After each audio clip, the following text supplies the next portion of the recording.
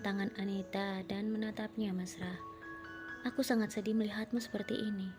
Semakin hari, kamu terlihat semakin lemah dan tubuhmu menjadi kurus. Mendengar perkataan Rehan, Anita tertawa. Mas ini bicara apa?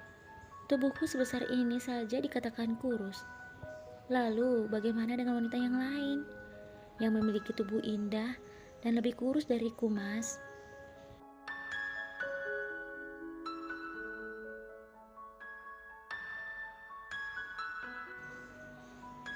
Rehan kembali berkata, aku sudah terbiasa melihat wanita lain bertubuh kurus, tetapi berbeda denganmu.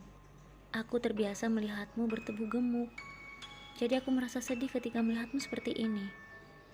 Anita kemudian bersandar di bahu suaminya. Sudahlah mas, jangan terlalu berlebihan seperti itu. Hal ini biasa dialami hampir setiap wanita ketika sedang hamil. Dan itu adalah hal yang sangat luar biasa mas, karena tidak semua wanita bisa mengalaminya.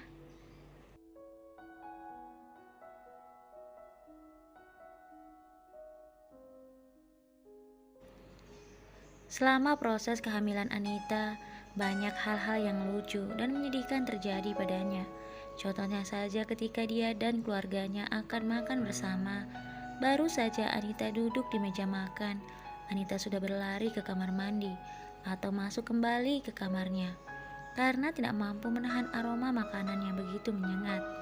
Bahkan pernah suatu ketika, Rehan dan Anita melintas di sebuah jalan dan seperti biasa, di jalan itu ada beberapa penjual makanan yang menjajakan dagangan mereka.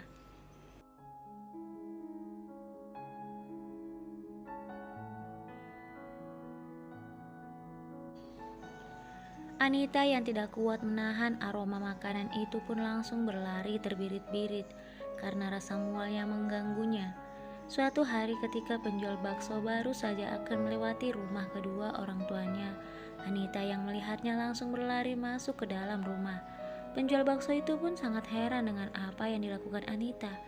Maaf mas, kalau saya boleh tanya, mbak itu kenapa ya? Setiap kali saya lewat, dia selalu berlari masuk ke dalam. Memangnya saya ada salah apa ya dengan mbak itu? Kata penjual bakso itu kepada Rehan.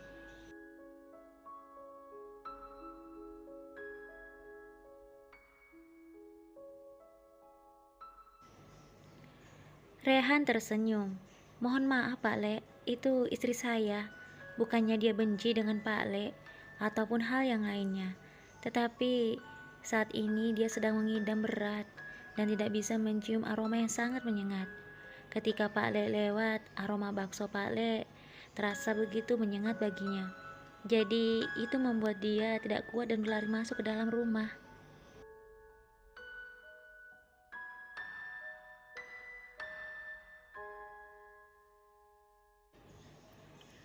Pale itu pun mengangguk. Oh begitu ya mas, saya pikir mbak yang tadi itu marah dengan saya. Apa mungkin saya punya kesalahan yang tidak saya ketahui? Tapi syukurlah kalau tidak seperti itu. Wah kasihan juga kalau mengidam seperti itu ya mas. Istrinya jadi tidak bisa makan sembarangan.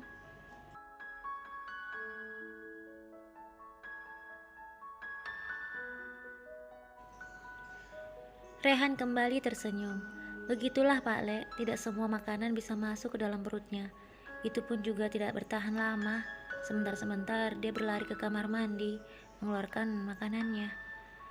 Pak Le itu nampak sedih mendengar cerita tentang Anita. Yang sabar ya mas, semoga istrinya bisa melewati masa-masa kehamilannya dengan baik dan selalu sehat bersama dengan bayinya.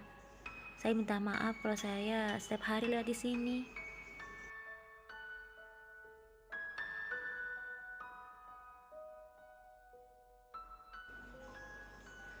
Rehan tersenyum. Tidak apa-apa Pak Le, jangan berkata seperti itu. Jalanan ini jalanan umum, jadi siapapun boleh lewat. Justru saya minta maaf atas sikap istri saya. Pak Le itu juga tersenyum. Iya mas, tidak apa-apa. Kalau begitu, saya lanjutkan perjalanan saya ya mas. Rehan mengangguk dan tersenyum. Silahkan Pak Le, semoga dagangannya laris. Penjual bakso itu mengangguk dan tersenyum. Terima kasih banyak mas, mari.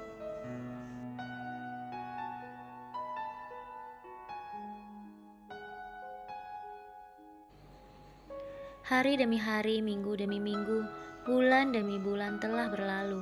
Perut Anita pun semakin besar. Saat Anita sedang mandi, Anita berteriak, "Mas, Mas Rehan." Rehan yang saat itu sedang tidur langsung bangun dan melihat Anita di kamar mandi. "Ada apa, sayang?" Anita kemudian berkata, "Mas, sepertinya aku akan melahirkan." Rehan terlihat kaget mendengar perkataan Anita. "Melahirkan?" Anita mengangguk. "Iya, Mas. Tadi aku mengeluarkan sedikit bercak darah. Itu adalah tanda-tanda wanita akan melahirkan, Mas."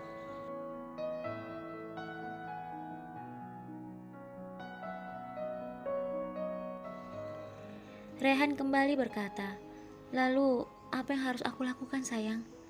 Anita berkata sambil tersenyum, "Mas, ambil tas yang berwarna biru di dalam lemari. Itu semua perlengkapan bayi kita. Sepertinya perutku juga sudah mulai terasa sakit, Mas."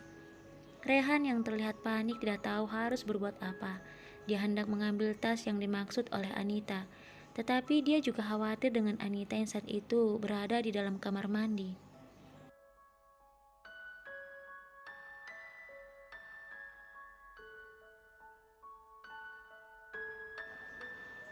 Melihat suaminya terlihat bingung, Anita tersenyum. "Mas, ada apa?"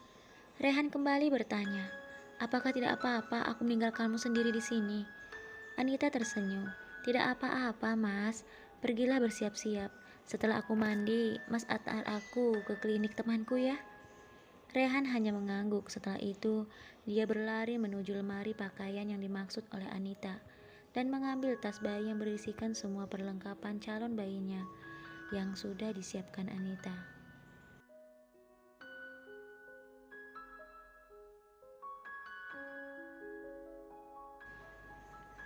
Setelah semua siap, Rehan, ibunya, dan kedua orang tua Anita membawa Anita ke klinik bersalin milik teman Anita. Setelah beberapa menit berada di sana, Anita sudah mengalami kontraksi yang hebat. Hal itu membuat Anita meringis kesakitan. Rehan terus menguatkan Anita dan terus berdoa dalam hati, sementara teman Anita malah menggodanya. "Kamu ingat kan kata-kata yang selalu kamu ucapkan ketika membantu orang bersalin?"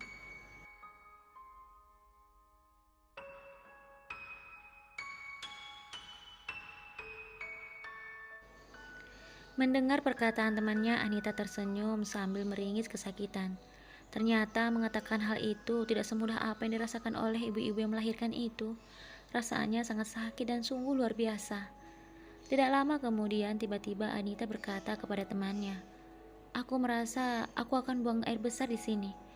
Ternyata lagi-lagi temannya menggodanya. Kalau rasanya seperti itu, artinya apa? Anita sedikit kesal dengan temannya itu. "Ayolah, berhentilah menggodaku. Cepat bantu aku, anakku akan keluar."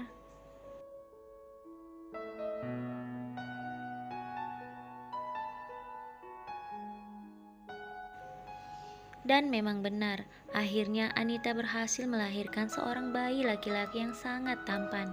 Bayi itu sangat mirip dengan wajah Rehan. Rehan terus mencium Anita lalu menggendong bayinya penuh haru. Ibu Rehan dan kedua orang tua Anita pun saling bergantian menggendong cucu mereka. Lagi-lagi teman Anita menggodanya. "Proses persalinanmu terbilang sangat cepat, Anita. Sepertinya setiap malam kamu melakukan trik itu."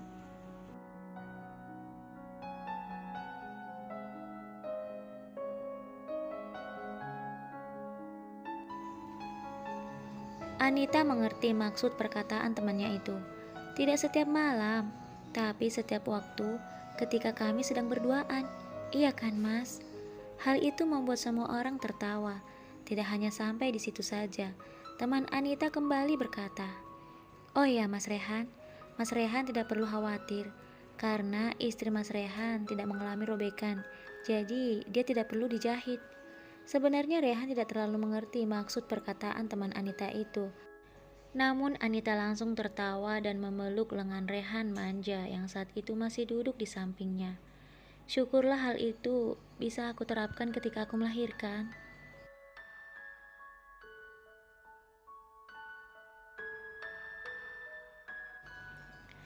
Hari itu Anita tidak perlu bermalam di klinik temannya karena semuanya berjalan dengan lancar. Anita dan bayinya sehat dan bisa kembali ke rumah. Saat di rumah banyak orang yang datang untuk melihat Anita dan juga bayinya. Namun semua orang yang datang merasa sangat terkejut melihat Anita yang tampak sangat berbeda. "Anita, itu kamu kan?" Anita tersenyum. "Iya, ini aku. Masa kalian tidak mengenaliku?" Orang-orang kemudian berkata, "Tentu saja kami tidak mengenalimu, Anita. Kamu sangat berubah. Kenapa tiba-tiba kamu menjadi langsing seperti ini?"